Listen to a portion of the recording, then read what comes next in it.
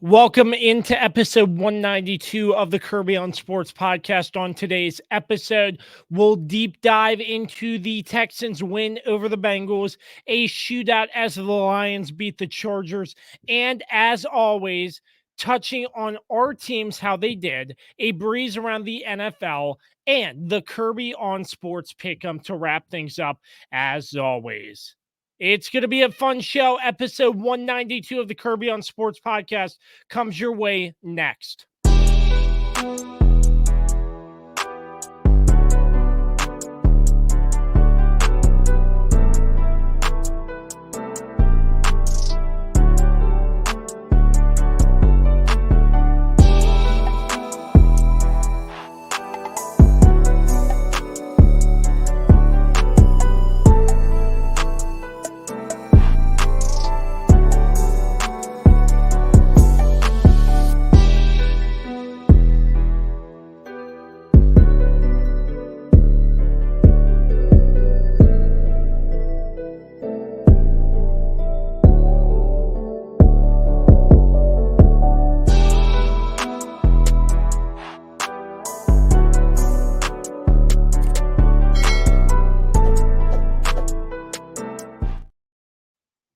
Yes, welcome to episode 192 of the Kirby on Sports podcast.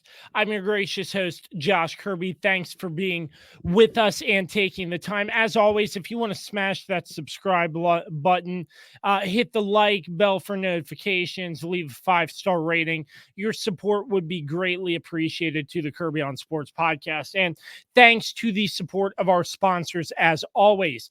PM Plus Reserve, Shenandoah Primitives, Dr. Dave Leadership Corporation, Mark Francis with Icon Real Estate, Barrett, Pest, and Termite Services, Shenandoah Music, Mark Lynch with Guild Mortgage, and the official energy drink of the Kirby on Sports podcast, Don't Sleep Energy. They have a lot of new merch out and some assortment of energy drinks, sugar-free and regular. You can use our promo code KOS podcast for 12% off your order every single time. Not wasting any more time. I did not come alone. A man who is currently in first place after another member of our team talking a lot of smack. The first place in the Kirby on Sports Pick'em, Mr. Dan the Weapon Dembski. How goes it? It feels good to be in first right now, but I don't want to get ahead of myself. I'm only 2 games up. It feels good right now, but I'm not going to do the stuff that I'm not going to do the smack talk that Carlos does, because I know what works for me and what doesn't. And smack talk has never been something that has turned out well for me most of the time in my life. So I'm going to stay away from that topic. But yeah, definitely close, definitely neck and neck. You also got closer this week as well, so. I think you're still a few games behind us, but look, you make some picks that go the right way, and Carlos and I don't, and you're right back in the thick of things. So, despite what Carlos says, I think you're still in the game a little bit. So, but you got to start hitting on some big ones, Kirby. That's the key. But the pick'em is very interesting and challenging in the way this NFL season has gone so far. It's really hit or miss because there's not really consistency. Yep. And we saw that yesterday with the Buffalo Bills, and we'll touch on that a little bit more later, but just a prime example there. It's you and me for right now. I'm not really sure where Carlos is, but that's all right. We will continue. The ship rides on. The ship rides on. We scheduled 6:00. But Carlos, maybe he will be coming in. Maybe he's having more internet issues, but the stand-in dummy host does not have to ride the ship alone. Stand-in dummy host. The stand-in dummy host from last week. But anyways, Dan, let's get this ship sailing. Obviously, a lot of exciting action. I mean, the way these games started, especially in the 1:00 slate, it seemed like that all these games were pretty much like blowouts for the most part, but some teams inch their way back in, and couple teams provided some good comeback victories and provided for some great football. One of those games that we are going to talk about right now. The Texans defeating the Bengals 30-27. And I mean, the Bengals, looking at the box score here, I mean, the Bengals were up 10-7 at halftime. So it was relatively close in putting up 10 spots in the third and fourth quarter. So it was a pretty close second half, but Well, Houston, man. actually, it was Houston was 10-7 at halftime. Yeah, Houston. That's what I meant. But yeah, the Bengals never really. I have to look real quick, but other than that first touchdown of the game, which the Bengals drove right down the field in 5 minutes, 60-yard drive, 10 plays, and scored a touchdown. I think when the game starts that way for Cincinnati, you think this is going to be one of those games they just flex their muscles and run away early in the game. But you got to give credit to the Texans and the work that this team has done, especially rookie quarterback C.J. Stroud. He's been a great story all season. He started the season a little rough. I know they played the Ravens in week 1, and the Ravens played. I mean, it was a closer game, but they played him pretty well. But this is just an example of what kind of energy a young quarterback can bring to an offense, and it helps also when you can rush for as many yards as the Texans did, which Devin Singletary had 150 rushing yards for the Texans, which is definitely huge when you have a young quarterback, when they need that support. But the Bengals never really led after that 7-0 lead. And it goes to show you, first of all, how well Houston's defense played. We're not going to talk as much about them in this game as we should, because we know the Bengals are just a tough matchup, man. They have weapons all over the field. I mean, obviously, it starts with Jamar Chase, T. Higgins. They just spread the ball out really, really well. And of course, Tyler Boyd, a guy who's been there forever. The one thing that stands out to me in the stats as I look at Cincinnati is the fact that Joe Mixon had only 46 rushing yards. Now they didn't run the ball very much in the game, and that I would attribute this game similar to the Ravens game in that the Bengals kind of abandoned the run pretty early in this game because Joe Burrow, he threw nearly 45 passes in this game. He had 40 attempts, which is just nuts. But the Texans defense played extremely well, and it allowed them to tie the score and then go into halftime with the lead, 10-7, as you mentioned, to start. It's just a really, really, really impressive showing by the Texans, a team win, for sure. And it's interesting because I think thought this was a game for Cincinnati, like I said at the top before, to get back on track and be able to show us that they are an elite team in the AFC. But this year's been wacky. I mean, there really has been no standout teams in the AFC. I would say outside of Kansas City, who we expect to be there, which they've had some struggles as well. It's kind of wide open right now in the AFC, in my opinion. And I think the Bengals, they got a tough matchup on Thursday. They're coming to M&T Bank Stadium to play the Ravens. And it's not going to be easy. So the key in this game to me, Josh, is the Joe Burrow interceptions. Definitely were key in this game. Yeah, Burrow really didn't look good in my mind. Yeah, he didn't. And I know a couple weeks ago, 3 or 4 weeks ago, when he was struggling, we were all saying the same thing. Well, he's injured. He's not 100% healthy. And we saw last week, and in the last couple weeks, that he's been fully healthy, just how good he's been. But he had an off day, straight up. I mean, it happens in this league. I think he's going to be fine. I think the Bengals, it's definitely turning into a must-win game for them on Thursday if they want to win this division.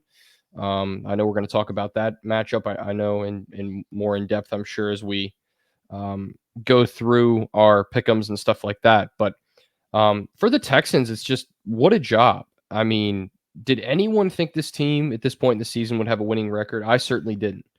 And C.J. Stroud has been everything and more for this team so far. And I think he's definitely rookie of the year right now. And I don't think anyone really comes close, in my opinion. And yeah, this is just a complete total team win for the Texans to go on the road too. That's a tough environment playing there in Cincinnati and knocking off a Bengals team that was a touchdown favorite in this game. So ton of credit goes to the Houston Texans and what they've been able to do. They've been able to win some really good games this year. The Bengals have to get back on track. I think they will. I hope it's not on Thursday against my Baltimore Ravens, but they're gonna have to find a way to bounce back quickly as they have a short week. So I'm really impressed with Houston's defense. If they can continue to build that defense in the coming years and build around C.J. Stroud, this team could be, a force to be reckoned with in a division that's full of young quarterbacks and promising young quarterbacks. I think C.J. Stroud could be the standout in the AFC South for sure. Looking at this Houston Texans team at 5-4 right now, it's just really refreshing to see how far they've come from even last year and the year before. CJ Stroud is looking very good. Obviously, he's going to have some rookie mistakes in terms of interceptions, but for the most part, he's playing a pretty good, clean pass game for the Texans. And this is just so great to see. And head coach DeMeco Ryans, I think they have all the puzzle pieces in place He's in regards to... He's been the right move. Yeah, the right moves, making the right moves after this rebuild, and it seems to be working very well. So from here, just looking to the offseason and beyond for this Texans team, what else do they decide to add to make this team even better and maybe in the next year or two get the Texans in the playoffs? Yeah, I think we'd have to look at, I can try to find this out real quick if we could see their cap space for next year. I would say a decent amount. Not that I'm religiously tracking the Houston Texans cap space, but it looks like they have a good amount coming open. Yep. $85 million. That's like pretty good. That's pretty good room to work with when you're trying to add bits and pieces to a rebuild that seems to be working for the most part. Yeah, and you made a great point about Stroud's play. 15 touchdowns, just 2 picks all season. He's really protected the ball well. And what I like too is he's used his mobility a lot as well to create some of those plays where a lot of guys would force passes, and not just rookie quarterbacks either, guys who've been in the league a long time. We know that sometimes they trust their arms a little too much and they get into trouble. I really respect what he's done protecting the football, which is sometimes the biggest thing with rookie quarterbacks that we talk about that they struggle with. So he's been impressive to watch, and with $85 million in cap space coming open for the Texans, they're going to be spenders. And I agree with your point about DeMeco Ryans as well. I think he was a great hire for this team. I don't think a lot of people agree with that hire too, if I remember correctly. Not to start, but I think what we've seen is the players really rally around him, and they've really gotten better with him, I think, than I can't even remember now who the last coach of the Texans was. I apologize, but you never know with former players how it's going to go. We talked about obviously Jeff Saturday last year. If that was last year now, or the year before, I think it was last year. Yeah, last year. That was obviously just a temporary move. I think the Colts knew that, and there was a lot of stock poured into would he come back, and it was very apparent that he didn't have a lot of coaching experience. I think DeMeco Ryans is he's got a little bit more experience. Obviously, most recently he's the defensive coordinator with the 49ers, so it's not like he was coming from nothing. So I think they got it. They definitely made the right move in hiring him. You can tell that the players really rally around him and play hard for him, which is a great thing when you have a young team, especially a rookie quarterback. You got to have the right coach to match up with the rookie quarterback. So the last thing you want is your head coach banging heads with the rookie quarterback, which happens a lot in the National Football League. But I think the Texans have done it right. They gotta this rebuild has been coming for a while, and they have to be spenders in the offseason, whether that's only 3 or 4 pieces here and there. They got to make some moves. So we'll see what they do. But I think it's a very exciting team in a division that's kind of all in the same spot, except for the Jags, who have, as we've talked about in the past, their franchise quarterback, and we thought they've rebuilt fine, but man, I don't know. Here in recent weeks, I know we're gonna probably talk about them in the breeze. But we'll see what the Texans do. But I think they can be an exciting team in this league for several years to come.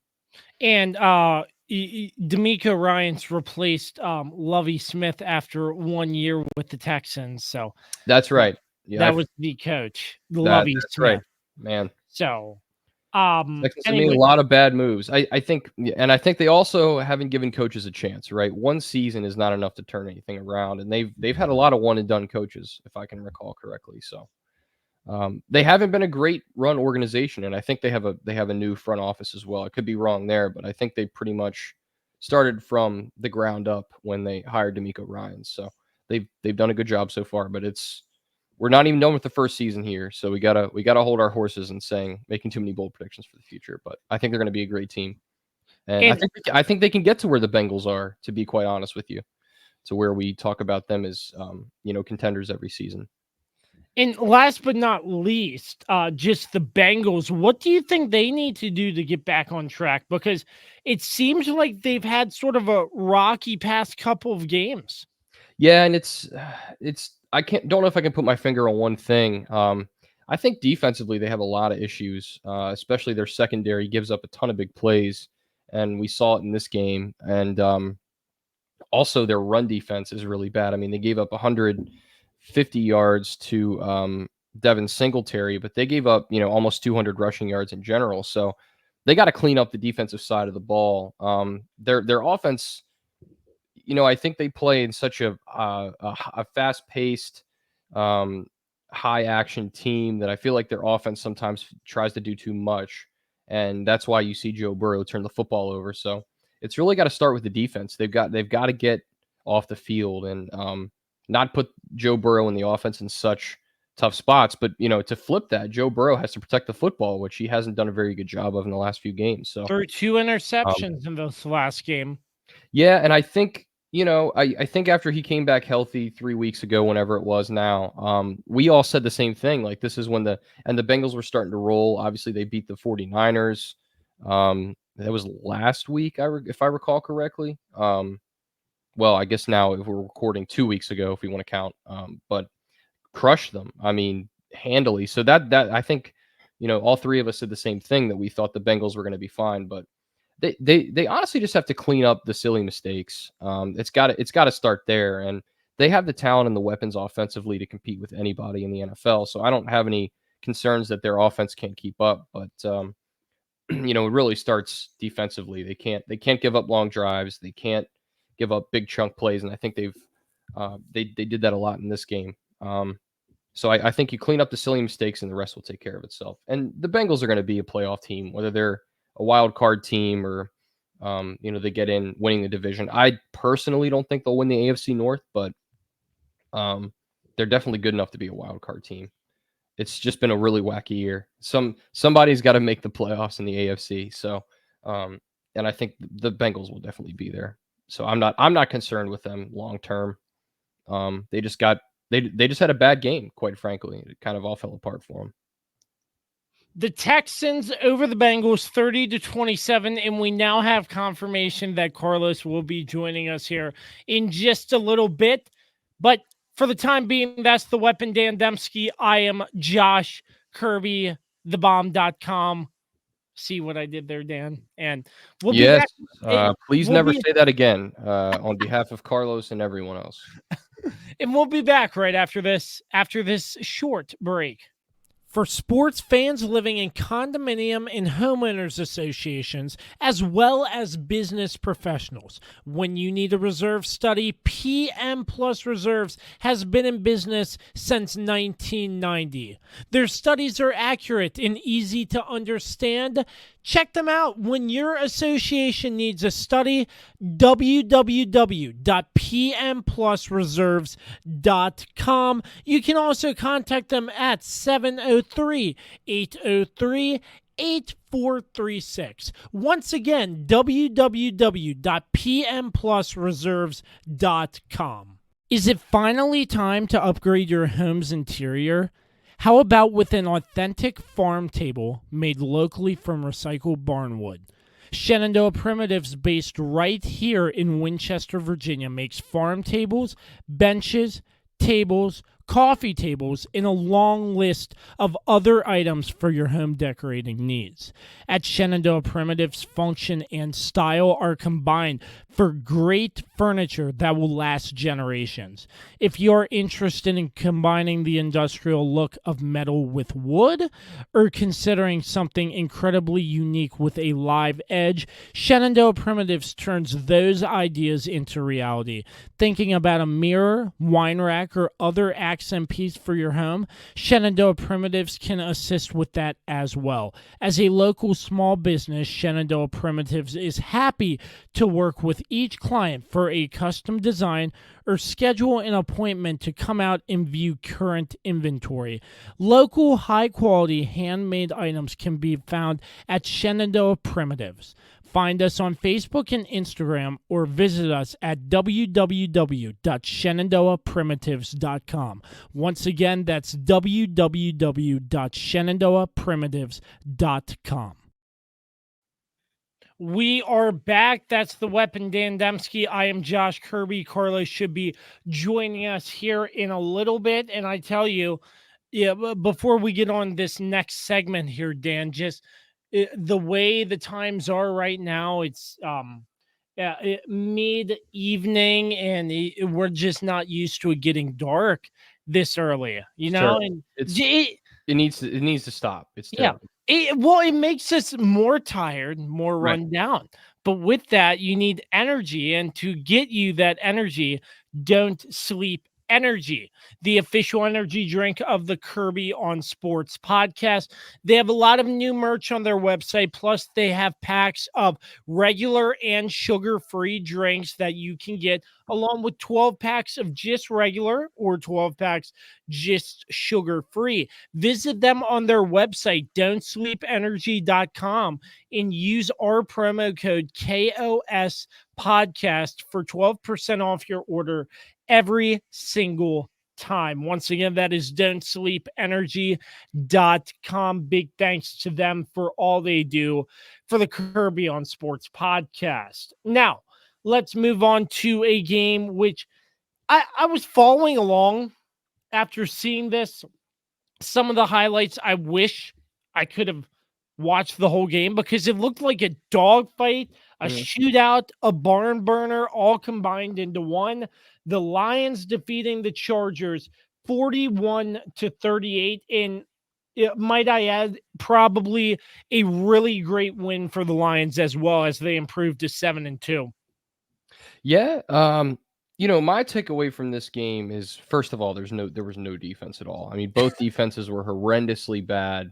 This was like a Big 12 game, quite frankly, with the lack of defense that we saw on both sides of the ball. That being said, though, the Lions, it kind of looked like early in the game. I mean, they were up by 2 scores late in the second quarter. I think it was 24-10. It seemed at that point to me that, like, okay, this game is over. Like, the Lions are going to run away with it. But as we saw throughout the week in the NFL, it was like the Chargers didn't go away. They fought back. They clawed back into the game and were able to tie it twice, actually 3 times before this game finally ended. It was a great win for the Lions.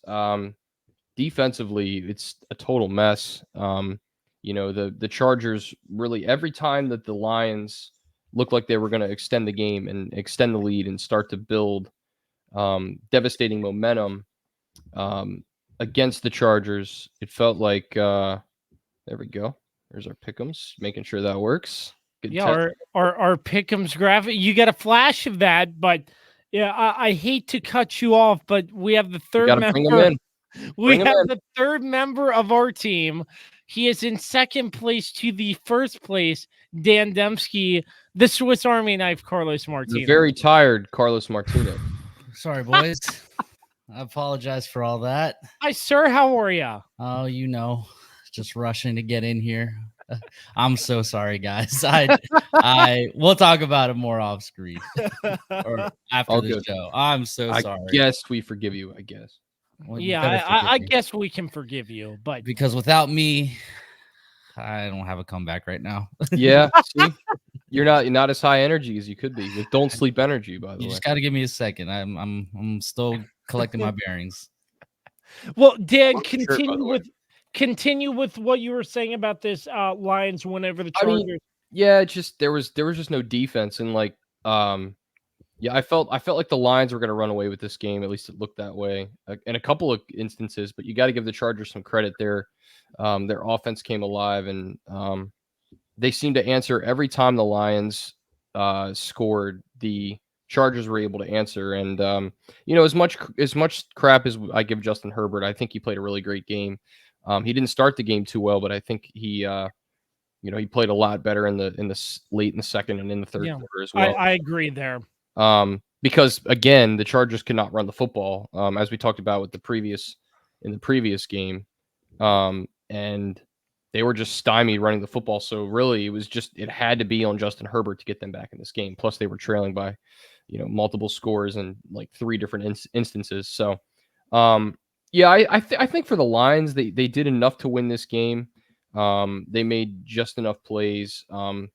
Like I said at the top, there was no defense at all. So, whoever had the ball last was probably going to win this game, and it ended up being the Lions, of course. So, for the Lions, it's another win in a very impressive season now, 7-2. Definitely one of the best teams in the NFC. But I don't know if they've truly been challenged as much as they can be yet. Let me check their schedule here real quick. Sorry, I didn't have this opened. Oh, they have the easiest schedule coming up. Do they? Yeah, they do. They are legitimately might get the 1 seed. Oh God, yeah. Yeah, the only real challenge is the Saints. Well, they play at Dallas. Oh, wait, that's right. I forgot they do play us late in the season, but that might be an interesting game. I mean, honestly, that game might be for the 1 seed if Dallas continue. Let's say Dallas runs the table from now until then, which is very possible, honestly. Yeah, that game could come down to winner gets the 1 seed. That's a great point. Yeah, that's really great. And plus, Carlos nailed it. Their schedule is awful. I mean, obviously they have to play Minnesota still twice. Outside of their divisional games, which obviously Minnesota's a divisional game, they really don't have any tough games, unless you want to say that going on the road at New Orleans is going to be a tough matchup, which it shouldn't be. So, yeah, the very favorable schedule. Blah, blah, see, wasn't messed up.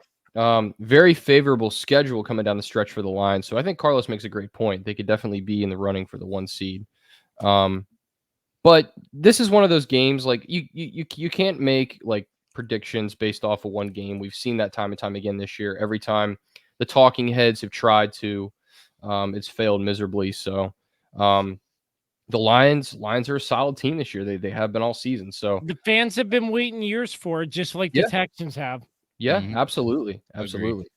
So I'm excited to see what they're able to continue to do. And for the Chargers, I mean, they came up short. Obviously, the Chargers are going to charge her. No, but you can't say that for this game, because this is one of those rare games where they actually didn't charge her. It was just they just lost to a better team, and nothing weird happened where was the reason. No dumb decision was made. Nothing. They did everything perfect, and it just wasn't good enough. Yeah, totally agree with that. So, I mean, that's really it for me. I have nothing else to say about this game. I think not everything perfect. Their defense obviously is garbage, but it was really bad. Really bad. It's not like Detroit's was any better. Yeah, that's what I said at the start. I said it was like a Big 12 game where no defense could stop anything. So yeah, every time you looked up, there was just more points. I'm like, points for everybody. Oprah's out here throwing touchdowns. You get a touchdown. You get a touchdown. I'm like freaking Oprah over here. Well, yeah, it was. One thing, David Montgomery looked really good after coming back from injury with 116 yards and a touchdown. Mm-hmm. And Gibbs right behind him as well. So their running attack, they were lighting it up out there for the Lions in this game. Yeah, and that's made it easier for Goff as well.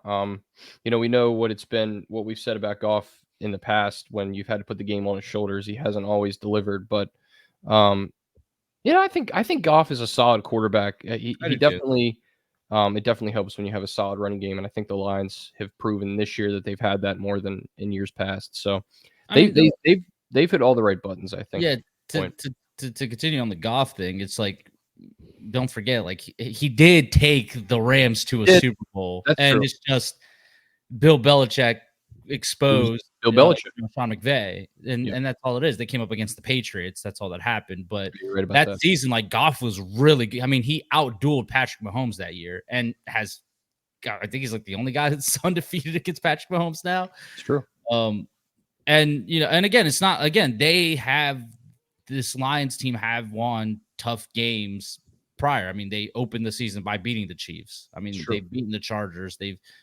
this team is good, man. Like this team is really good. And honestly, like if they get the 1 seed, that's going to be huge, because for Goff to not have to go to cold weather is going to be a plus, since they play indoors. That'll be a big plus.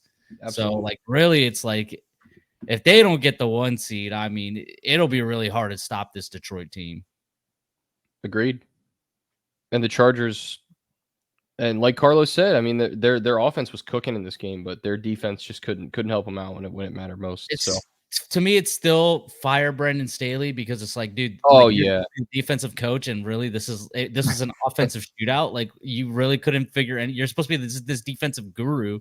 This is dial up a blitz or something. Yeah, change it up. And nothing. So for me, it's still Brandon Staley's probably done at the end of the year, and I'm not saying the Chargers are completely out of the playoff race right now, but I mean, it's going to be really hard for them. This AFC, I mean, I don't know what else you guys have talked about, obviously, because I came in late. I apologize again, but I mean, like, it's very possible that the AFC North has like 4 teams, all 4 teams in the playoffs. That's kind of what I said. I mean, the AFC is like, there is no like one team where you're like, I mean, the Chiefs, obviously. Okay. I mean, the Chiefs are the Chiefs, right? But I mean, it's not like they're this dominant team this year. They haven't looked great. Baltimore has looked great for certain periods, but then they'll have the one blunder game like they just had. Yeah. Same with Cincinnati. I mean, Cincinnati. I mean, like, they look like they're back in their groove. They're still super dangerous, but it's like you can score on this defense. Yeah. Buffalo is. They're cooked. they're cooked. Well, we're going to talk about that a little bit later, but yeah, they're cooked. But I mean, yeah, Dan. I mean, the AFC this is the one everybody keeps talking about. This is the first time in a while where it's like there is no super dominant team that looks like they're going to win. Because even though, like, let's look at the NFC. The Eagles are 8-1 right now. It's not like they've looked super dominant, becoming 8-1. Like, got a lot of close games. They're so beatable. Oh yeah. And the only difference is they just know how to win. They're going to make the plays at the end because they've been there. Last year was so huge for this team that even though they're facing these tough, difficult games, they know how to win. They're going to make these. They're going to make the stops. They're going to make the the first downs. They're just going to make the plays that need to be made to get the W. And yeah, but I mean, this playoff, I don't know. I think we're in for a great playoff race. We're going to see a great playoffs this season. Honestly, we're just because there is teams in there, I think that we usually don't see, and I think we're going to see some upsets in the playoffs too, just like it's been in the regular season. Now I say that now, and then it turns out that all the favorites win, and then it turns out Kansas City wins another one. But Kansas City and the Eagles again in the Super Bowl. But who knows? But I hope it's similar to what the regular season has been. It's been kind of hectic this year. I don't know. The Super Bowl logo theory is in full effect still. Yep, that is true. I did see that. Yeah, that is true. See about that.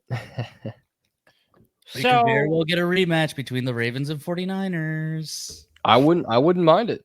I think that'd be a great matchup. Well, first we got to see how the regular season matchup goes, but we'll get to that later. True. We will, but the Detroit Lions over the Chargers, we're going to take a brief break, and then we get in to how our teams did this past weekend in football. Stick right here with us. Hey, sports fans. Thank you for listening to and supporting the Kirby on Sports podcast with founder and host Josh Kirby, along with lead contributor Dan Dembski. Like, subscribe, and give them a 5-star rating wherever you get your podcast from. My name is Dr. Dave Miles, founder of Dr. Dave Leadership Corporation. Our company helps leaders build engaged and productive teams. Exclusively for listeners of the Kirby on Sports podcast, you can take an opportunity to discover your primary communication style and learn more about effective communication with others.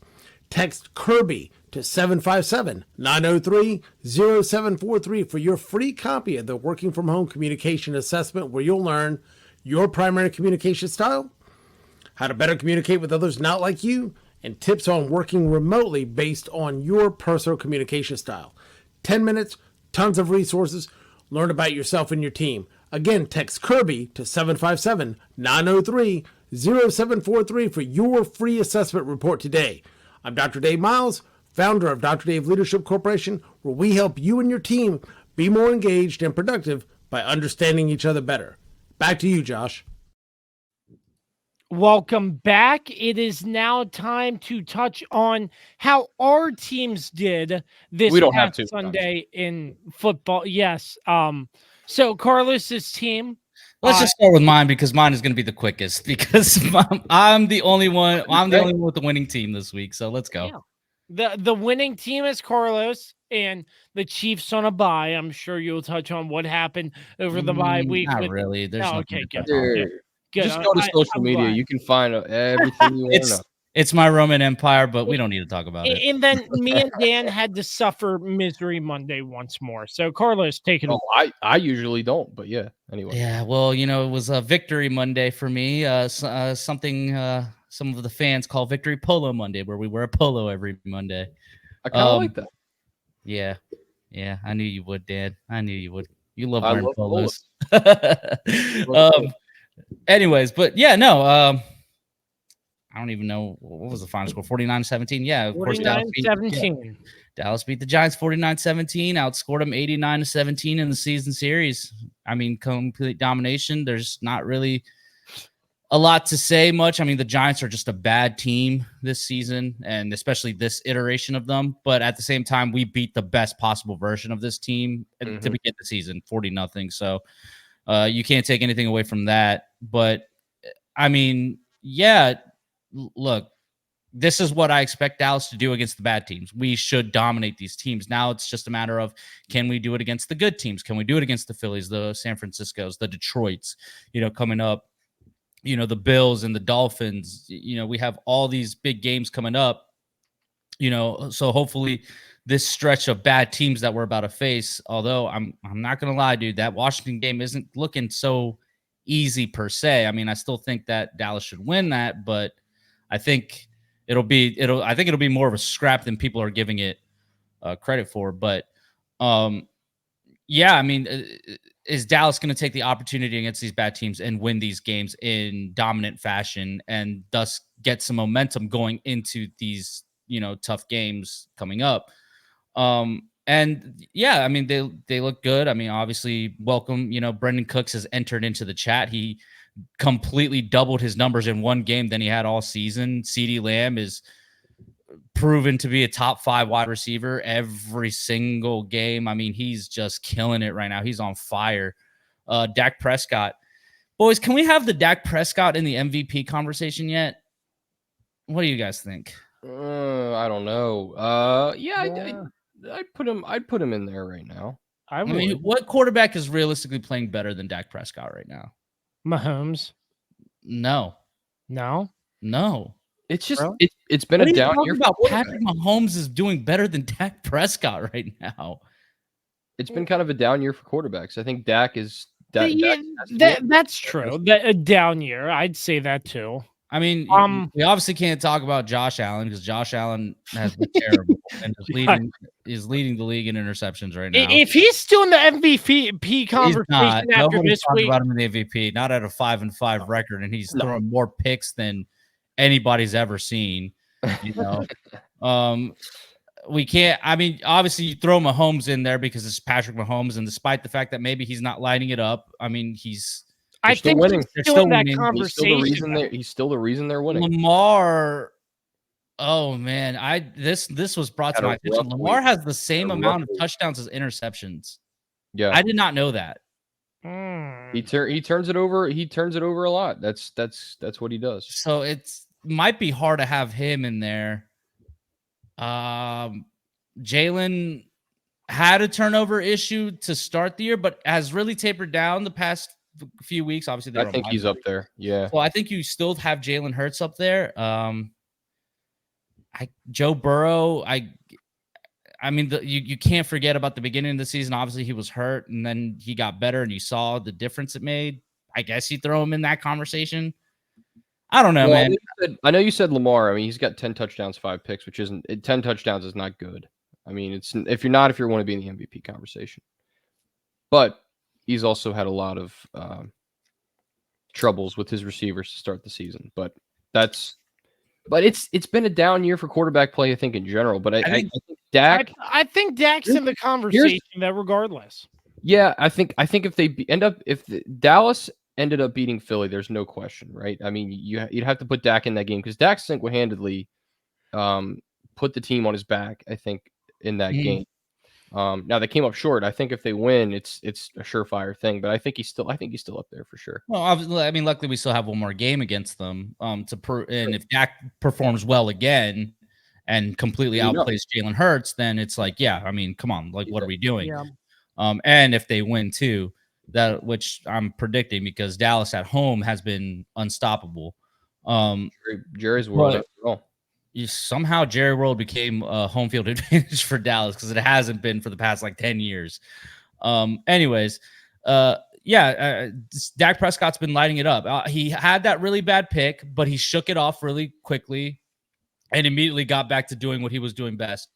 I mean, again, what has really changed since the bye week? It's been Dak Prescott using his legs and extending plays and just adding that threat to the repertoire. It opens up so much. And when Dallas gets this running game going, like when because they got to figure it out still, but they're going to get it figured out. You know, maybe they start going back to the 1-2 punch thing with Rico Dowdle and Tony Pollard, because when you see Rico have the ball, he just brings a different level of physicality that Tony Pollard doesn't have. And that might help Tony Pollard, start doing what he was doing best with Zeke. I was just about to say that. Yeah. Good yeah. point. It's just clear, I think, at this point that he's just not like the premier back like kind of guy. He's not going to be the guy who's is going to take all the touches. And yeah, the offense just everybody played great. Michael Gallup had 2 incredible catches. Jalen Brooks, a guy that's been on the fringes of the Cowboys fandom, who like only us and like that are like deep in the knowledge knew about. He finally got a chance to show what he's about, and we knew he was going to perform. He made a couple good plays, but obviously the main story was Brendan Cooks finally showing why he was brought to Dallas. Offensively, defensively, I mean, come on, Deron Bland, another interception. He's done such a fantastic job of stepping in for Trayvon Diggs. So good. I mean, the Cowboys just we did really good. Obviously, the sad news of Leighton Vander Esch as he's out for the rest of the season. He actually might be done with football entirely. This is another neck injury, and it's now starting to become a question of, okay, man, like, is this really worth it for you anymore? So it sucks to see that, and maybe he does come back, but from everything that I'm hearing, it might be a career for him. But we have Bell, and we have some guys that can definitely step into that role and who have stepped into that role. And obviously Micah was playing a little linebacker in this game, which he was originally a linebacker anyways, coming out of Penn State. Yep. This team is just, they're humming right now. And I think that, again, that Philly game, I think really unlocked something in this team, showing that, hey, like, we are good enough to compete with the big boys. That 49ers game was just like, that was a one-off. I think, you play the 49ers again. I don't know if we beat them, because we haven't beaten them in the past, the past 3 times, but I don't think it's that dominant of a performance the way that they were, in week 5. But Dak Prescott keeps playing like this. Cowboys might mess around and win 3 playoff games, but I don't know, man. Well, you say that every year, Carlos. I do not. I don't. I'm just saying Cowboys fans in general. I know. I don't, but we see it. If Dak plays at this high of a level, going into the playoffs, I believe it when I see it. That's all I got to say. I mean, I hear you. But if he continues playing at this level, I mean, it'll be really hard to beat Dallas. It will be. I'm not saying that they won't be beaten. Like they for sure can be beaten. They can be had. But we just haven't seen Dak Prescott go into the playoffs playing at this level because either he got injured or he just wasn't playing at this level. Didn't close out the season well. It was the offense got stagnant at the end, and it was mostly the defense doing most of the work. I mean, we'll see how the rest of the season goes, but I think the way the season has been going thus far for Dallas has been constant progression. We have seen the offense constantly get better and better and better as the season's gone on. So and again, we haven't even seen the final product of what this Texas Coast offense is supposed to look like. So, and I mean, if we want to talk about the Giants real quick, I mean, my God. What to go from where they were last year to coach of the year. DeVito's mom making his bed and making his food and whatnot. That guy should not have a job in the NFL. Not even on the practice squad. What a joke. All right, Kirby. All right, Kirby. Easy there. Dan, you just went from 1 to 10 real quick about Tommy DeVito. There's some guys in this league that just they should. He's Italian, Dan. Okay, that's how the Italians are. I'm not criticizing. I'm not criticizing he lives with mommy and daddy. I'm not criticizing that.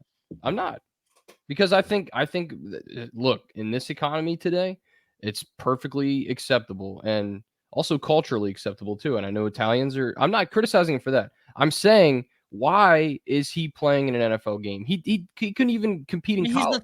He's the third string. He's not supposed to. Tyrod Taylor got hurt. He's still. Who cares about Tyrod? Daniel got hurt. Again. Daniel Jones got hurt. Okay? I know how he got there, Carlos. Quarterback got hurt. Then Tyrod, of course, on cue gets hurt like he always does, which leaves the Giants in a very hard position where they can't. It's not like there's like great. I mean, I guess they could have gotten Carson Wentz, but. Go get Blake Bortles or something. Give yourself a chance. Come on. No, he's not. I'm pretty sure Bortles is retired. Yeah, I think so. I thought he was still a free agent, maybe. But no, I mean, look, I think last year really kind of a fluke. Was it a fluke? No, I don't think it was a fluke. I think it just it made the Giants feel like they were in a different spot in the rebuild than what they really were. I mean, let's face it, last year for the NFC East was a lot of cookie cutter schedules.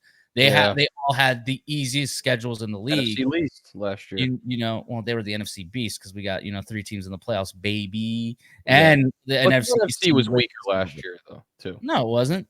No, it was not. No, it was not. Okay. The NFC East was the best conference last year. This year's the NFC North.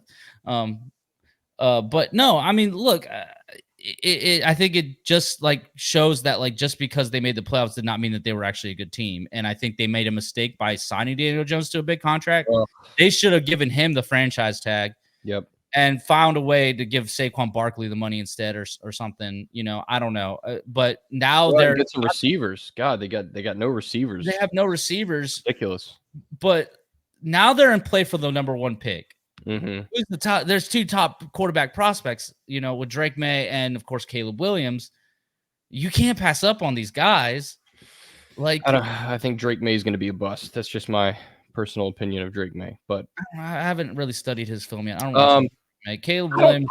I don't think you can. You've committed to Daniel Jones. I mean, you can't. You see, that's a predicament. And Daniel Jones, you can't really trade him per se. No one's going to take that contract over. Nope. But on top of that, he's not going to be ready until like week 7 next year because of the torn ACL. Right. So there's just so much going wrong with the Giants organization. And Saquon's leaving. Like he's done. He's not staying in New York. No.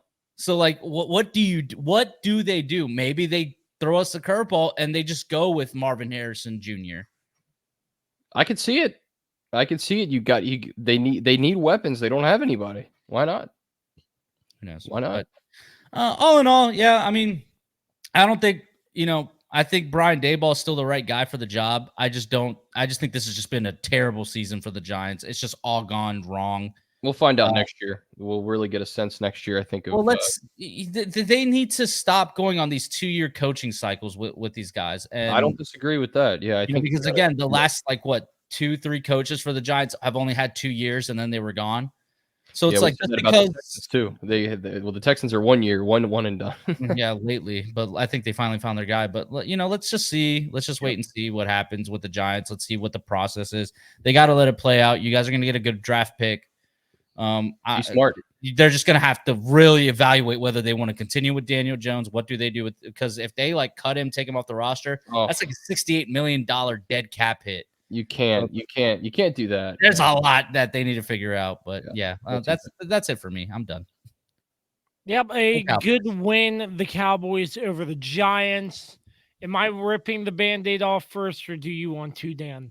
Well, your rant is always last, so I'll go. Go ahead. I'll go. This game, Ravens fall to the Browns. I'll do the score since Kirby didn't really intro me. Yeah, he's terrible right now. I thought I was the one who woke up late from a nap. Are you? Well, I showed up on time. Well, you're sleeping over there, bro. I'm sleeping. Got his head down. You're not setting us up for anything. Yeah, well, I forgot. It was a mistake. Oh, I forgot. I'm the host. Oh. Let's go. Would you like for me to set it up for you? 33-31. The Browns come into Baltimore and beat the Baltimore Ravens. You had your chance, Kirby, and you blew it. Over to you. This game was extremely frustrating. Now, I've had some time to think about it, obviously. And, it's not red alert, red alarm, 5-alarm fire time, I don't think. Yeah. I think that's a little bit of a stretch, especially considering if you look at the season in general, there's been a ton of upsets, a lot of teams who lost who shouldn't. And plus, this is a division game. So you throw out all that crap about, competition. And I think the Browns with Deshaun Watson are a much better and much more competitive team in general, as much as it pains me to say that. And I don't like him as a person. He's a pretty solid quarterback, and he sort of proved his worth in this game, I think, especially in the second half. This game started about as perfect for the Ravens as it could. On the first or second play from scrimmage, Deshaun Watson throws a pick six. And it was Kyle Hamilton, who has been really great coming off the blitz this year. I think in that particular play, I don't know if he was blitzing or if he was just in the flat. I think he was out in the flat, but regardless, picks it off and goes back for a touchdown. And I mean, I'm thinking, great, this game's going to be perfect for us. We're gonna find a way to run away with this. And our offense got going quickly too, as Keaton Mitchell for the second straight week has had another great game. Rips off a big touchdown run for us, and it's 14-0. And then I'm starting to think, let's go. The Ravens are, they're solid. The Ravens they didn't really fall asleep in the second quarter, but I felt like they did kind of let off the gas a little bit. The Browns obviously it goes into halftime at a 17-9 Ravens lead. But I was impressed with how the Ravens came out in the third quarter. They go ahead 24-9, and at that point, the Browns make it a one-possession game again. You sense a pattern here. The Ravens would pull away a little bit, and the Browns would edge back. The game really came apart for the Ravens and really got going for the Browns in the fourth quarter. That quarter starts with the Ravens taking a 31-17 lead with, about 11 and a half minutes to go in the game. Very quickly, the Browns answer with a 2.5-minute drive to make it a one-possession game again. And then Lamar Jackson throws a pick six to, you would think, tie it. But the Browns missed the extra point. So at that point, the Ravens still have the lead. But the Browns have all the momentum at this point, and the Ravens are deflated, and the home fans are deflated. And it's just extreme frustration because we see another game, and this has been kind of the Ravens' MO in these types of situations. The game got away from them, and they let the Browns hang around. We've talked about several teams who've done that this year. The Ravens historically speaking, have done this against a lot of teams. And yet again, you can't let anybody in this league hang around, especially a team in your own division, because these games are utterly important, especially in this division where, obviously we're going to talk about Cincinnati, or we did talk about Cincinnati already, but they lost. So this is a chance to really put a pretty big, or not a big lead, but take a 2 to 3 game lead in the division, which is so key coming down the stretch here. And the Ravens just totally collapsed. I think it really started with their defense, which has been so good most of the season, especially their defensive line and being able to wreak havoc, which they did in the first half against Deshaun Watson. The Browns just dominated them at the point of attack at the line of scrimmage. I felt like they, for whatever reason, it was like the Ravens were asleep and the Browns had drank don't sleep energy. There we go. And they had that extra jolt. And they just dominated the Ravens defensive line and gave Deshaun Watson a lot of time to throw. And really everything the Browns did, especially in the third and fourth quarter, it seemed to work against the Ravens team that, again, was deflated. And it's extremely frustrating to watch the Ravens give away another game, because they've done this earlier in the season. They did it against Pittsburgh in a way. They definitely did it against Indianapolis. 2 games that I think those are both home games as well. For some reason, they have struggled to hold leads at home. So, which makes me very worried for Thursday night. I know we're going to talk about that matchup, but yeah, I think in general, like, this is just one of those things, like, John Harbaugh has to answer to why did you guys let up? Like, why did it seem like everything came apart? And I can tell you on offense what happened was, and I said this in the group chat, we completely abandoned the run. And this has been a formula for the Ravens. When they run the football effectively, they can play action pass, and they can score on any team in this league. I have no doubts about that. And we've seen that happen. When they abandon the run, as they did in this game, and they try some really dumb pass plays, which I think Todd Monken has to, give an answer as to why you're throwing backwards or screen passes and trying to do little trick play. I'm like, what are you doing? Just run your offense. Like, there's nothing complicated about it.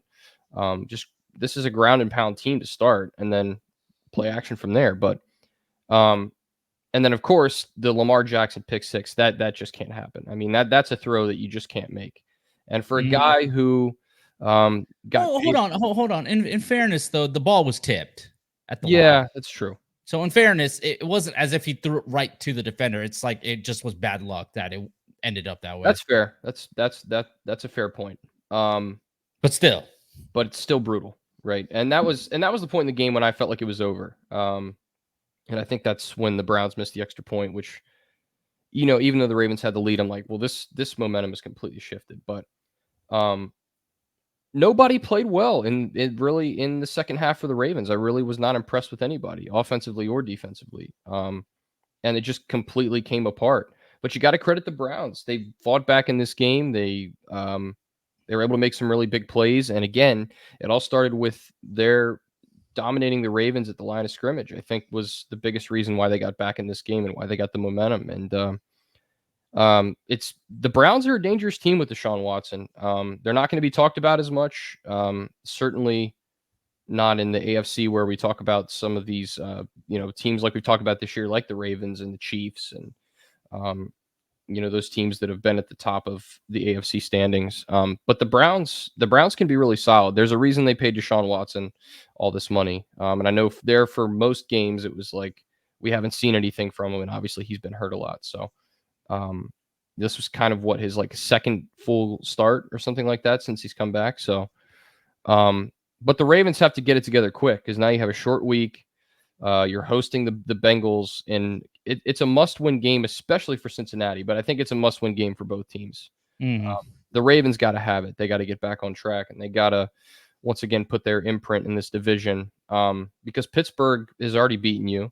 I think they beat Cincinnati earlier this season. I think Joe Burrow was banged up at the time, so you're going to get a pretty much fully healthy Joe Burrow, which you haven't seen yet. So, things don't get easier for the Ravens. They obviously their schedule is tough coming down the stretch as well. This was the easy part of their schedule outside of their division games. So I feel like I've blabbed a lot. I don't know if I've covered everything.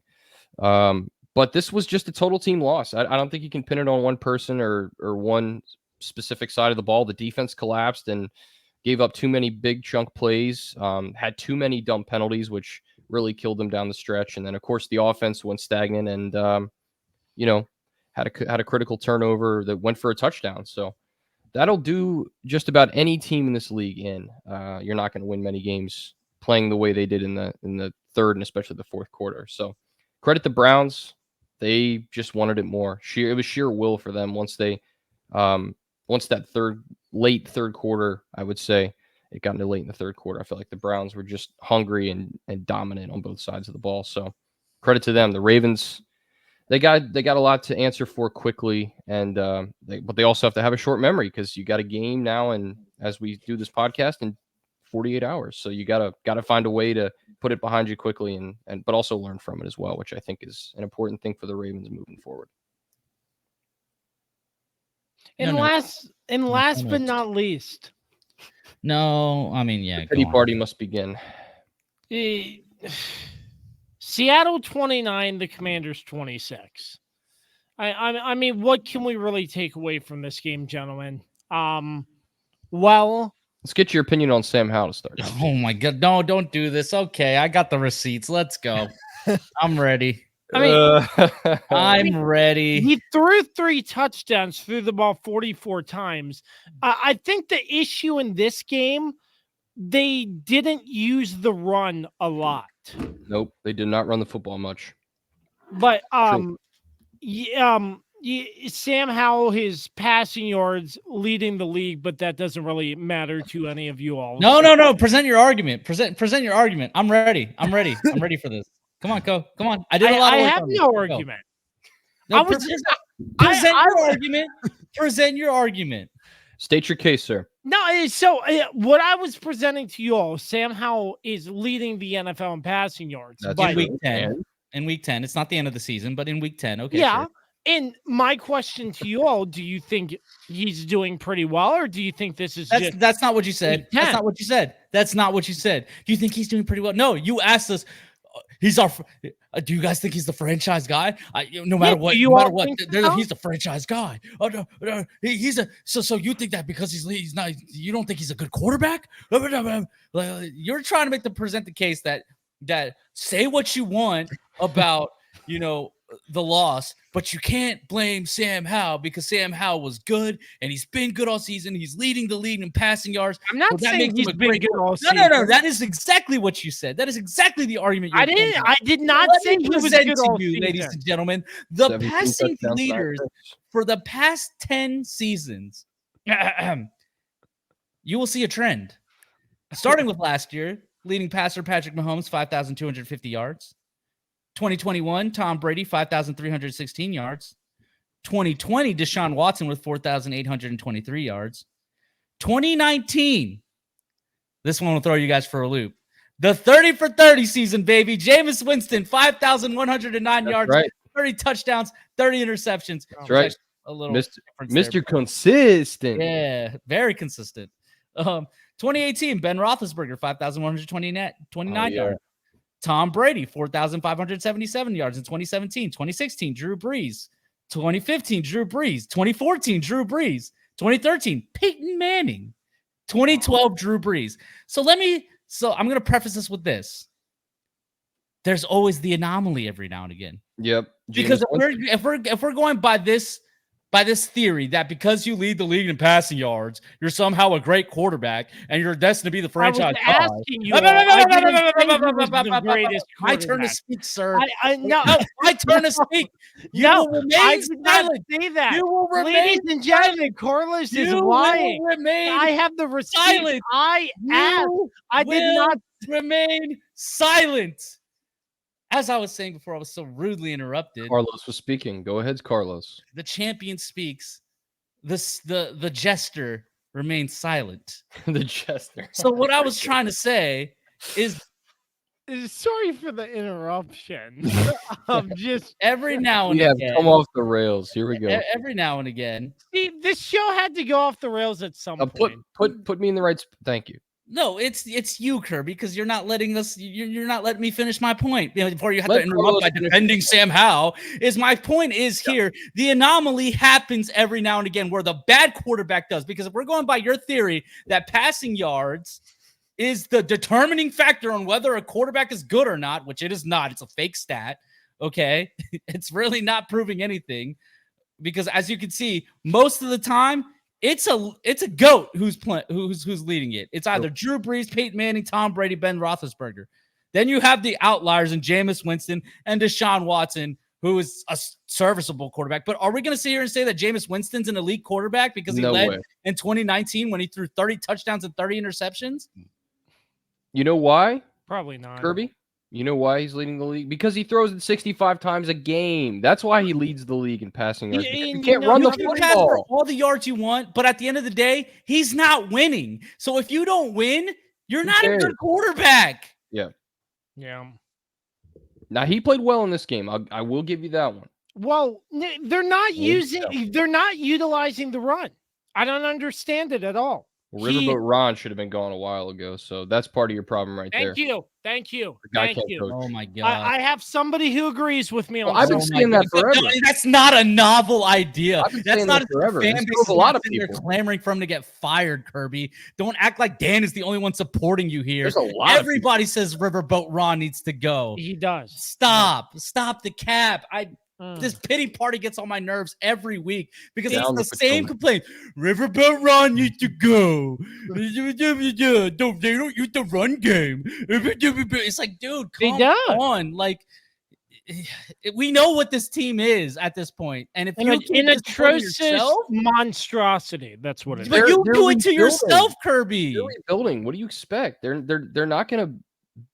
I mean, it's heartbreaking. Temper your expectations a little bit. Why is it heartbreaking? You just got a new owner. This is the guy from the previous owner. You have to give this time to build into what it's going to be. Yeah. You're talking about you are now owned by the guy who has legitimately done the process in Philadelphia for the past 15 years. That's right.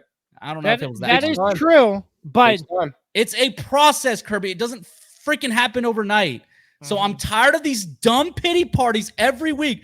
Washington sucks. You guys are going to lose a lot of games this year. It is what it is. Accept it. The first step is acceptance. Okay. Then it's admittance.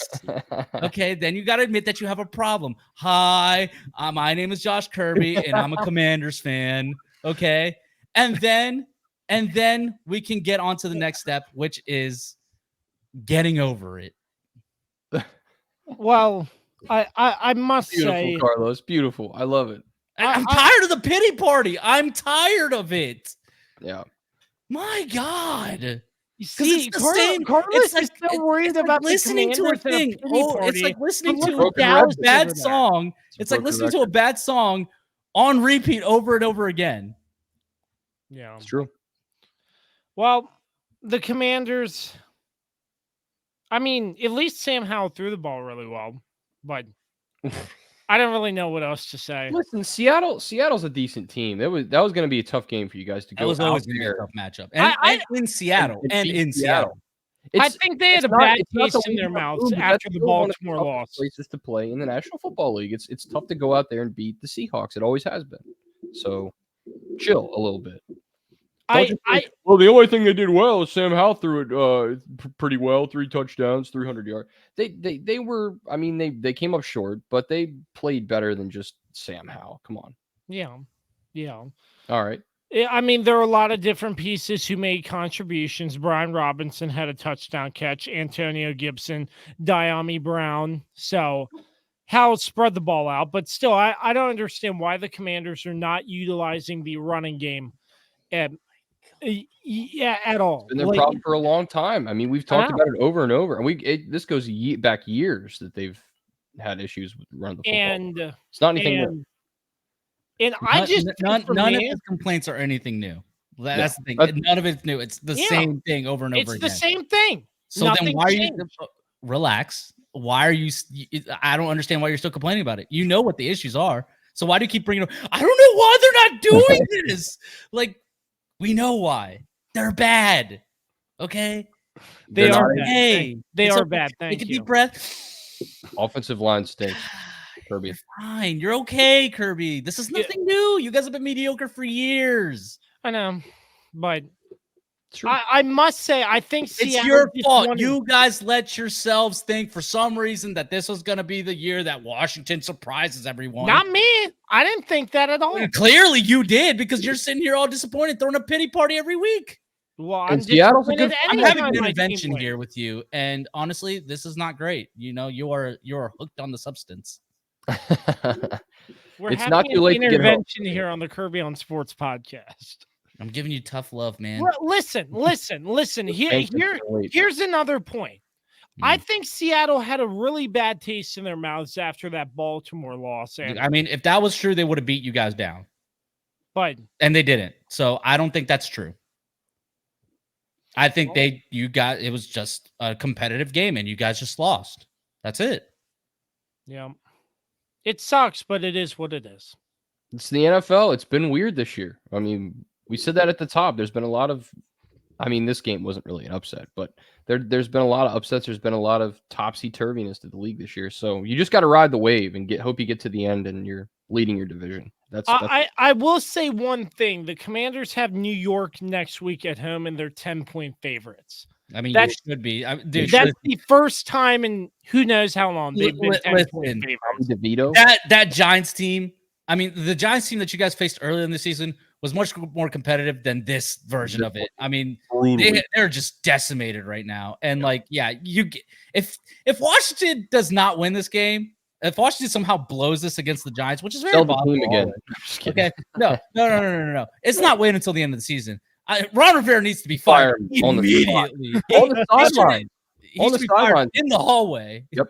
You fire him on the field. You just, as they're doing the handshakes, Josh Harris comes out and gives him the hook.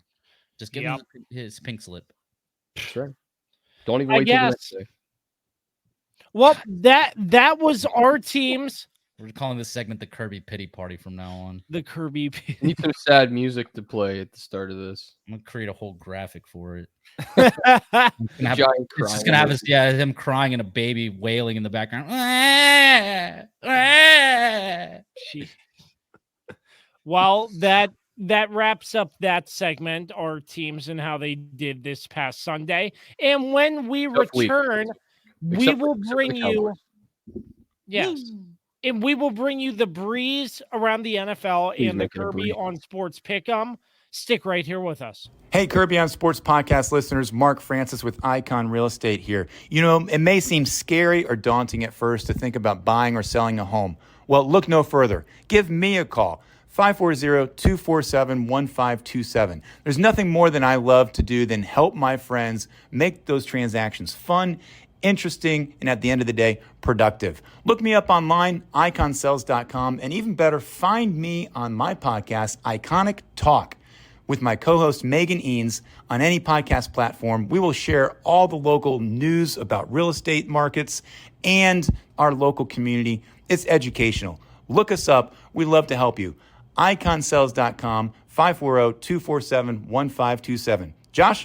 You may have heard the saying, it's not if your home will get termites, it's when.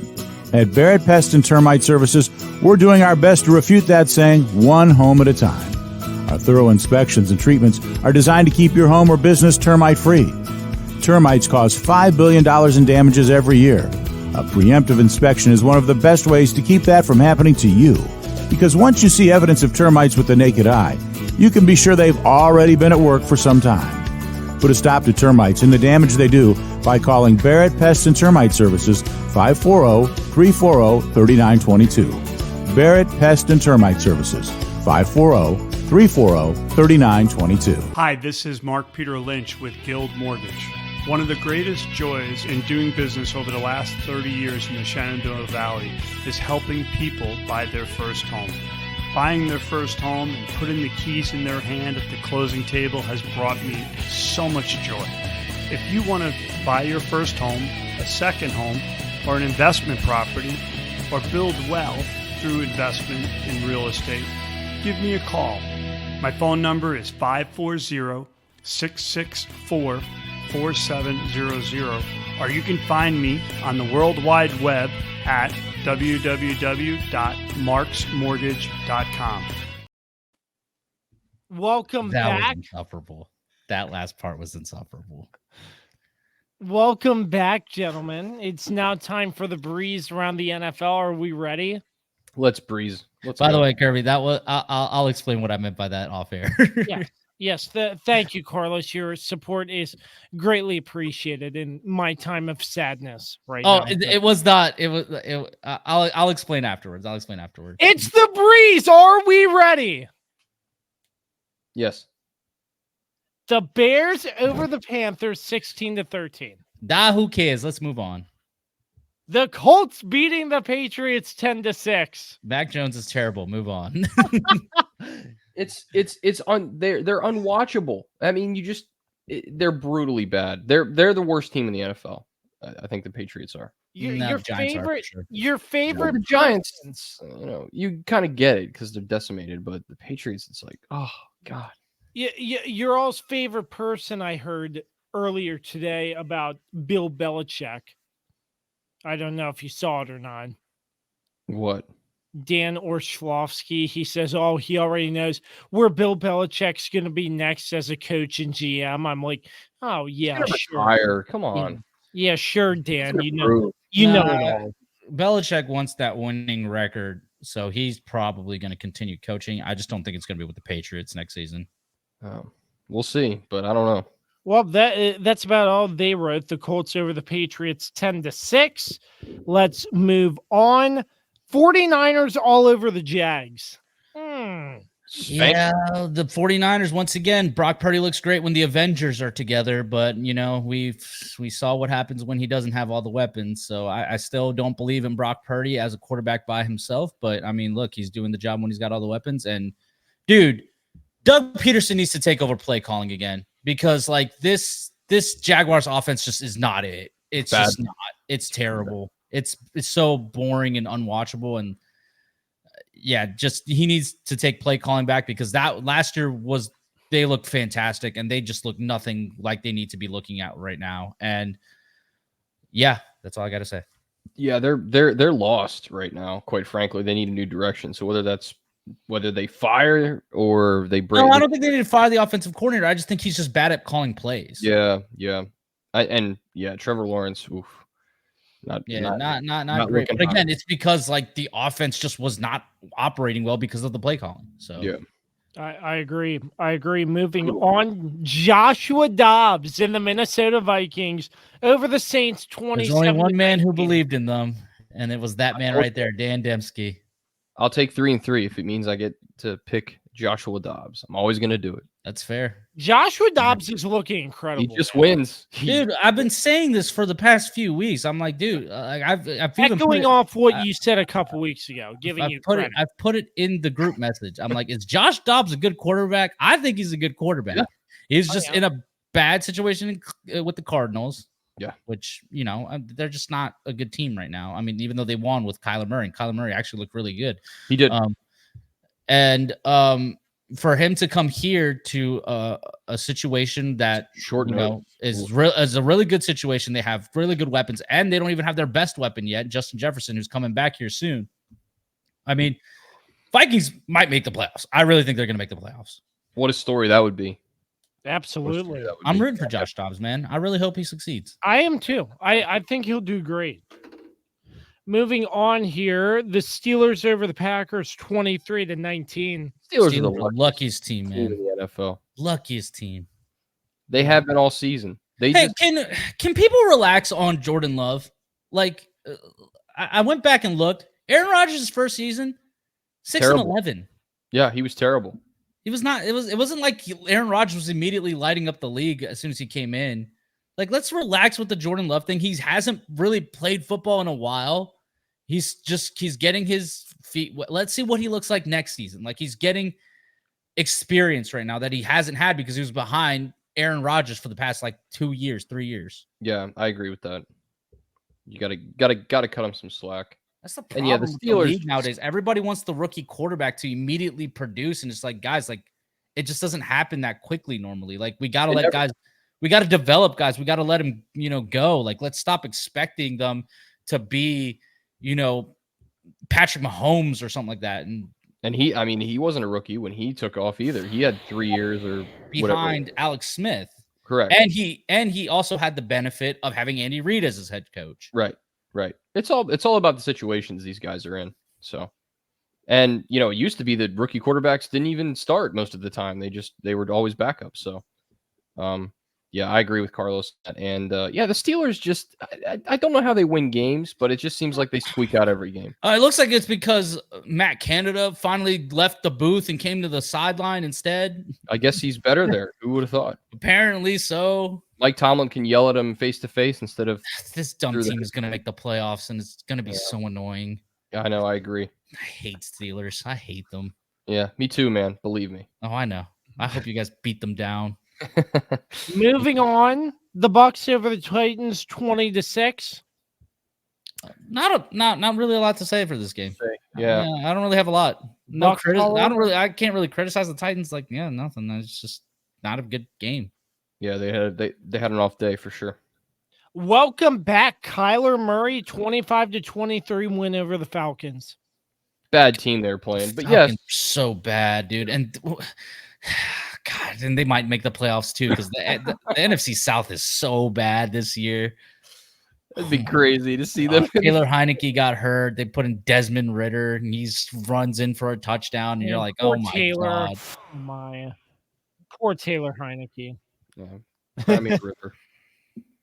All right, what else? We covered that. Looks like the Raiders beating the Jets 16-12. That game was I didn't even watch it. Yeah, I'm gonna be honest, I didn't even watch it. All I heard is it was atrocious. It was a crapshoot of field goals, but Antonio Pierce is 2-0. Nice throw at the end of the game. Probably should have been caught too, because you had 2 receivers right there. But it got batted down by his own guy. Yeah, it's true. That's the most Jets way to lose possible, is how they lost that game. So. And we interrupt the breeze with a red alert. The Broncos over the Bills 24-22. Russ is cooking, boys. Get it, dude. Against the September Lynch, that's a big accolade. All right, let's talk about it. 12 men on the field. Hey, let's bring it down. How do you let that happen? Okay, here's the problem. Okay. Here's the problem. The Bills have peaked. 13 seconds is their kryptonite. Somebody put up a graphic of like their past few losses. It's been in 13 seconds. Obviously, I don't know, man. It really does stem from that game, dude. It really does. Like they lost 13 seconds, and I mean they didn't lose, but the 13-second game with Patrick Mahomes, the DeMar Hamlin stuff that happened last year. And then just this year, I don't know, man. It's like, I don't know. I really don't know what's wrong with the Bills. I mean, their defense is bad. Of course, they don't have Leslie Frazier there anymore. He obviously took a leave of absence. Sean McDermott has taken over, and he's supposed to be this defensive guru also. But obviously, they lost 2 of their best players, and Matt Milano and Tre'Davious White. Yeah, good point. So, but I mean, it's just like they're just so. And offensively, man, like they just have the run game. They have no run game. Josh Allen keeps trying to play like he's still in that game. Like it's like, dude, like he needs to go get some stuff figured out because for some reason he's still living like he's in that game against the Chiefs where he had to make every throw and had to be perfect. And he's like trying too hard to still play like that. And it's like, dude, like, you have to protect the ball. Like you're leading the league in interceptions again.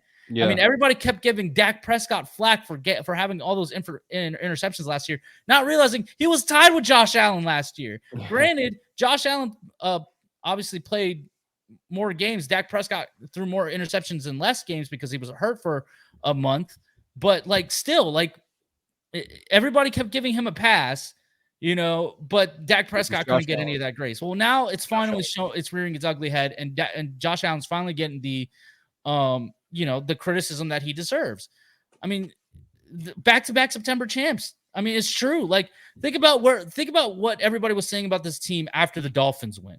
Everybody was like, "Oh, this team is so." Everybody was foaming at the mouth about the Bills. Mm-hmm. And I'll say this about the Broncos: it's starting to show how competent coaching can really affect the team, because it's just gonna take time for Sean Payton to implement what he wants this team to be. But he had Russ looking like his old self a little bit. That touchdown pass was nuts. To I mean, Russ was just Absolutely. making plays, like keeping this team alive. Like, we haven't seen Russ do that in a couple seasons. And I mean, again, think about who they beat. They beat the Chiefs and they beat the Bills. Like, those are marquee wins. And of course, I said the Chiefs win was like kind of a fluke because Patrick wasn't feeling, but they still beat them. They still won. That's right. And this was not a fluke whatsoever. I mean, nope. Man, did they give it to the Bills, like let them off the hook. I mean, he misses the game-winning field goal, and you have 12 men on the field, and the 12th man was Damar Hamlin. But I mean, again, Damar Hamlin. Really? It was. The 12th man was Damar Hamlin, and then they fired the offensive coordinator, which I guess kind of makes sense, but like at the same time doesn't make sense. He's a scapegoat. That's all it is. It doesn't make any. I mean, this was supposed to, like, that guy was supposed to be Josh Allen's guy. Yeah. Right. And I think that's I think that was the problem, is that Brian Daboll was not Josh Allen's guy. He was Josh Allen's coach. Mm-hmm. And we saw peak Josh Allen with Brian Daboll with, I can't even remember this guy's name right now. Ken Dorsey. Yeah, with Dorsey, like, this is a guy that Patrick Mahomes, my bad, that Josh Allen's, what the heck is going on with me here? Josh Allen wanted, because that was his guy. Yeah. But I don't think he really would listen to the coaching. So, I mean, I don't know, man. Do we want to have the conversation of whether they're going to make the playoffs or not? What do you guys think? That division's pretty, it's pretty bad. The whole AFC. Okay, but it's not just the division. I mean, they have the Dolphins in that division. I mean, outside of the Dolphins, of course. Yeah. Yeah, I mean, they could definitely get in as well. Here's their upcoming schedule. They have the Jets this week. Okay, they should realistically win that one. But they did lose to the Jets earlier this season, and it's not like they're, first game, right? Yeah, first game of the season. Aaron Rodgers gets hurt. Zach Wilson comes in, and they still can't get it done. Yep, that's true. Okay, so you have that. On the road, Eagles. That's a loss. Bye week.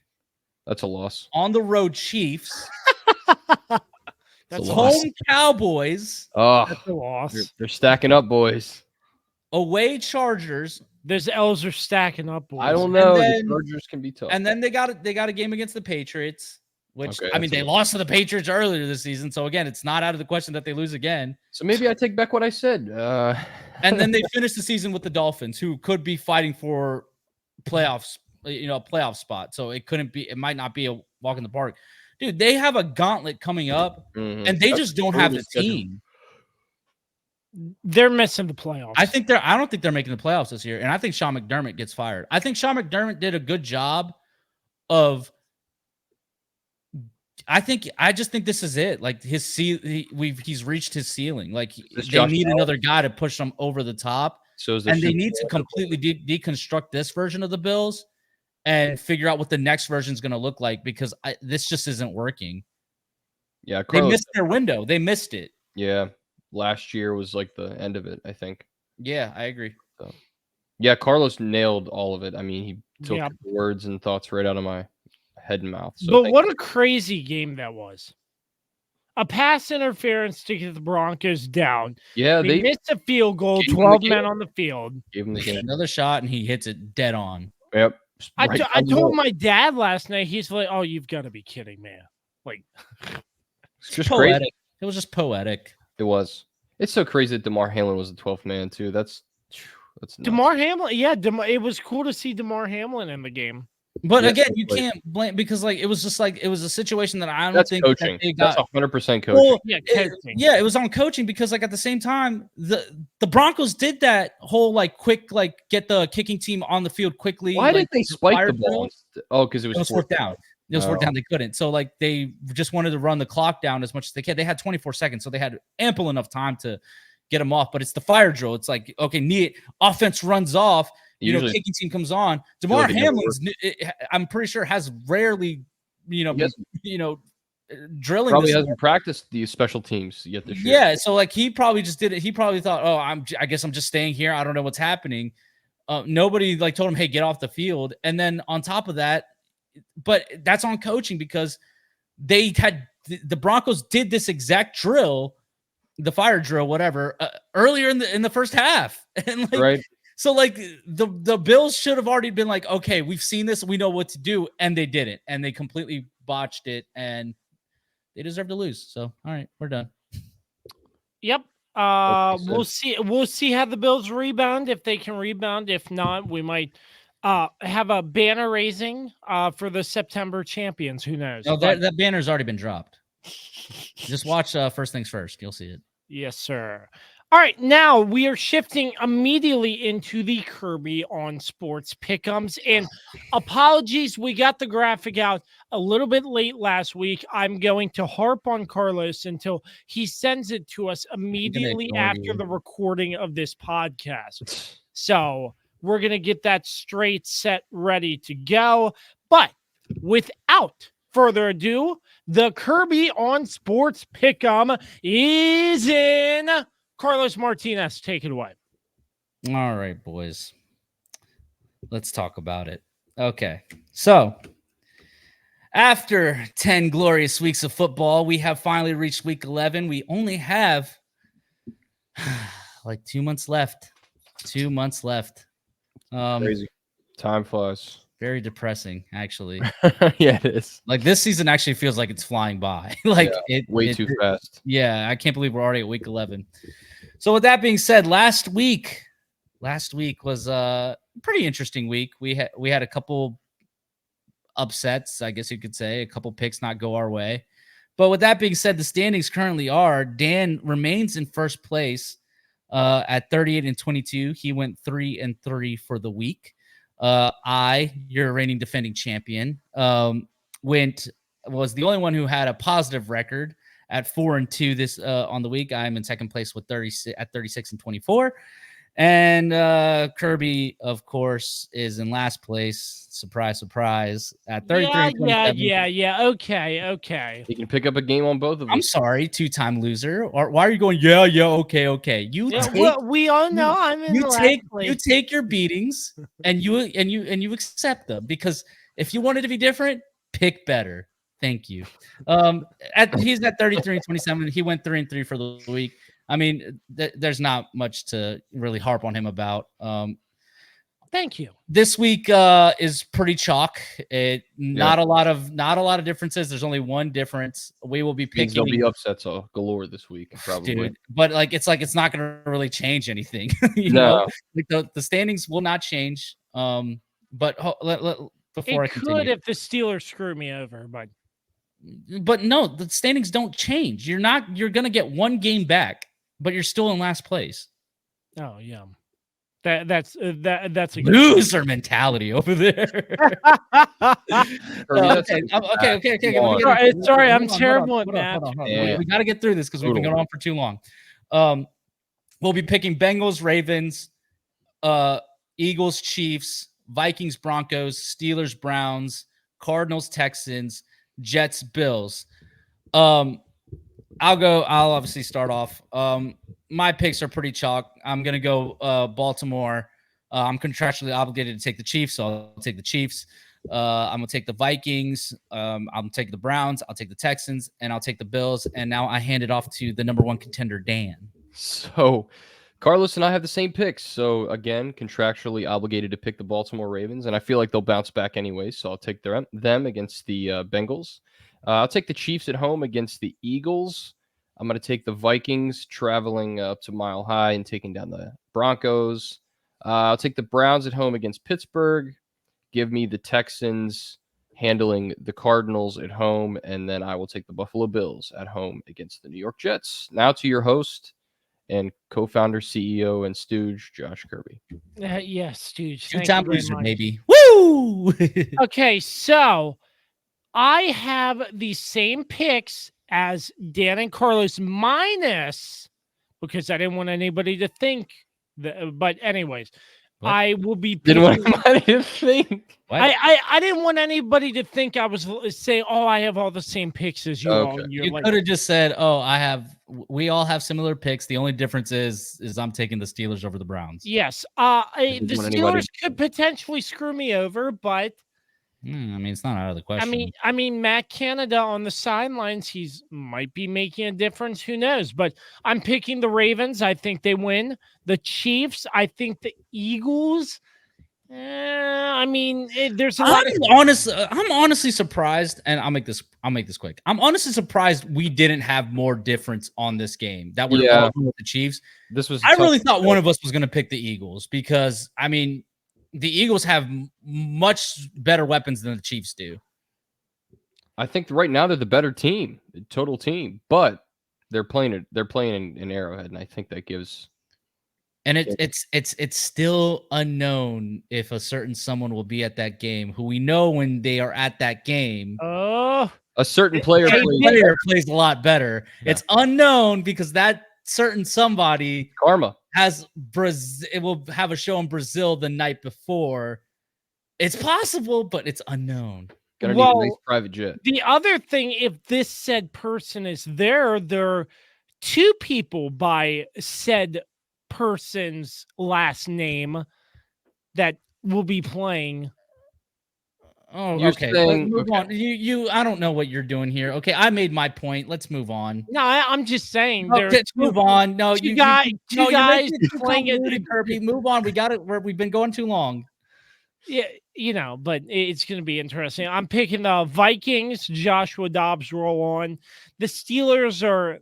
Yeah, I mean, they could screw me over. I don't know. I'm picking the Texans over the Cardinals and the Bills to beat the New York Jets. And that wraps up the Kirby on Sports PickEm. Not too much movement happening for the most part. No standings will change. But as always, you pick with us and you win a free large cheese pizza from Anthony's Pizza, home of the Warriors and Stevens City. So you pick the games. Whoever gets the most correct will win a free cheese pizza for this week. And that about wraps it up for another edition of the Kirby on Sports podcast. We're glad Carlos was able to show up.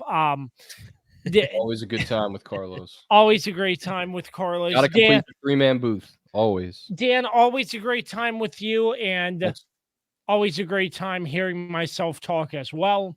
But anyways, I don't know. I just came up with some random crap. It didn't even sound good. But anyways. Well, that's a roaring promotion of our podcast, isn't it?